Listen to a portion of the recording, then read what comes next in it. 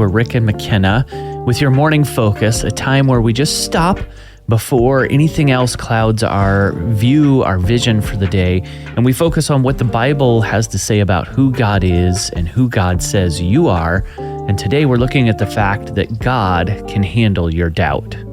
My favorite verse when we're talking about doubting God or just struggling to believe him is Mark 9:24. It says, immediately the boy's father explained, I do believe, but help me overcome my unbelief.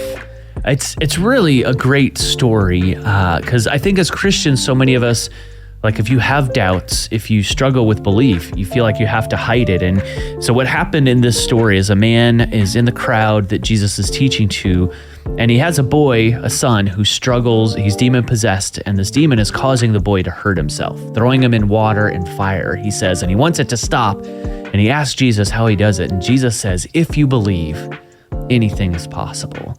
And the man cries out, that's what he cries out, I do believe, help me with my unbelief. And it doesn't faze Jesus in the bit. I mean, can you relate at all to this man who's been struggling with this issue with his son for so long? I know I get in this place where whatever it is, I've been trying to work through it or feel it out. And I've been handling it for so long that even though I know who God is and I know he's good, I know he's powerful, and I know he wants to step into my life and will, because I've been in this problem for so long, like this man has, you kind of land at this place of like, right, but are you good? And are you going to step in for me? Man, last night I was just, I don't know what it was. I think it's just a lot of things I was feeling through, thinking through. And I got to a point of just wondering, I think the enemy kind of got in and just had me wondering, where does God actually step in to help? Like, other than kind of like reminding you not alone and empathizing with you, does he actually step in to do anything? And, you know, those thoughts kind of get like, I don't know, you can kind of get away with them when they're just in your head. I called my friend that night and just was talking to her, and I kind of balked on saying this at first and was like unsure about it. And then eventually I just did. I asked her, I was like, hey, can you, I don't know, I'm in a weird headspace. Can you remind me who God is?